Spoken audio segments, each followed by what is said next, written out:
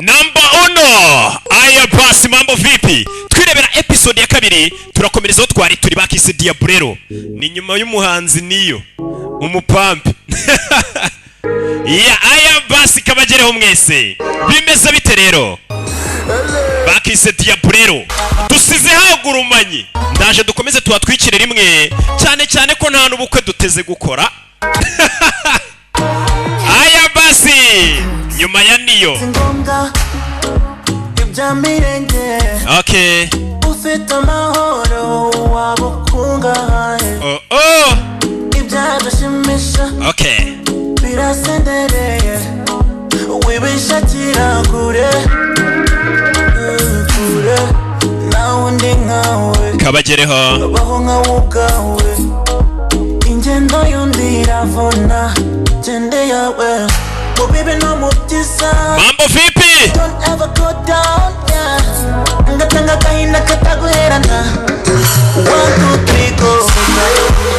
Singura munyasaka. Mwisekere mwe mwogeje nje nago nasaka. 1, 2, 3 go.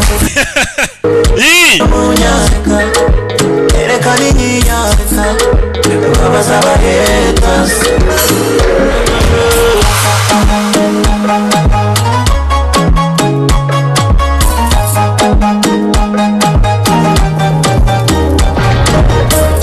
Chakubwira abifuza kumera nkawe, chakubwira we ukuntu wahiriwe ko duce wifitiye yuko natwe nutugaye hari n'abaturirira. Don't panic, life is so funny. Nobody like you, you're so amazing. You won't be wrong, I'll see why you're golden. You should get some fucking up perfect. Mubibi no mubyiza. Don't ever go down, yeah. Tanga kahina kataguherana. 1, 2, 3 go. Singura munyasaka. Erekani nyiyasaka. Babaza bahetas. 1, 2, 3 go. Singura munyasaka. Erekani nyiyasaka. Babaza bahetas.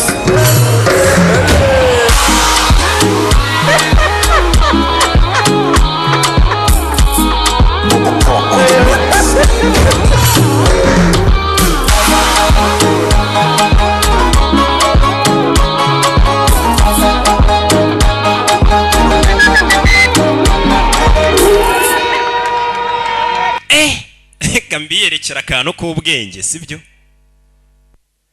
Ubundi naberekeye ibintu sibyo? AOG bimeze bite? Ubundi kugira ngo uwumve iyo ukorana na AOG uzi ikintu bukwirerekanye kumvisha. You deserve much respect. Yeah, you deserve much respect. Nimba ukorana na AOG cyangwa se ugiye kuyigana. Bano bantu mu nsheri bafite gahunda yitwa ingenzi. Iyo gahunda uragenda ukiyandikisha ukiga ibyumweru 12. Nyuma y'ibyo byumweru 12 iyo umuritse umushinga mwiza ugendeye ku byo wize neza fresh tuguhemba miliyoni ukimanukira. Nimero bahamagaraho ni iri kuyibona. Ikindi bantu mushaka gukodesha mu office sinzi haragiye tumira umuntu muri office wanayikodesheje none wanahenzwe uvuga ni nk'uyu muntu hano hantu kuko hano bagukodeshiriza bagwa office z'ubwenge uyikodesha kandi kuri make y'ubwenge koko ahandi nyine wakirira umuntu akavuga ati cyakoze uyu muntu arasobanutse. N'ubundi urakirira umuntu mu cyofisi akakubona imboga mu menyo. AOG tugufitiye office z'ubwenge kuri make. Nimero yacu niriya muduhamagare. Ndetse bagukorera consultance muri business zawe zigiye zitandukanye no mu bintu byose we duhamagare tugubusobanura ubuhagije. None ngiye ubwo nanimanukiye tayari. Katwirebere filime yacu nagutinda. Aya basi. Hey. Ngo nkwe. Zabiti.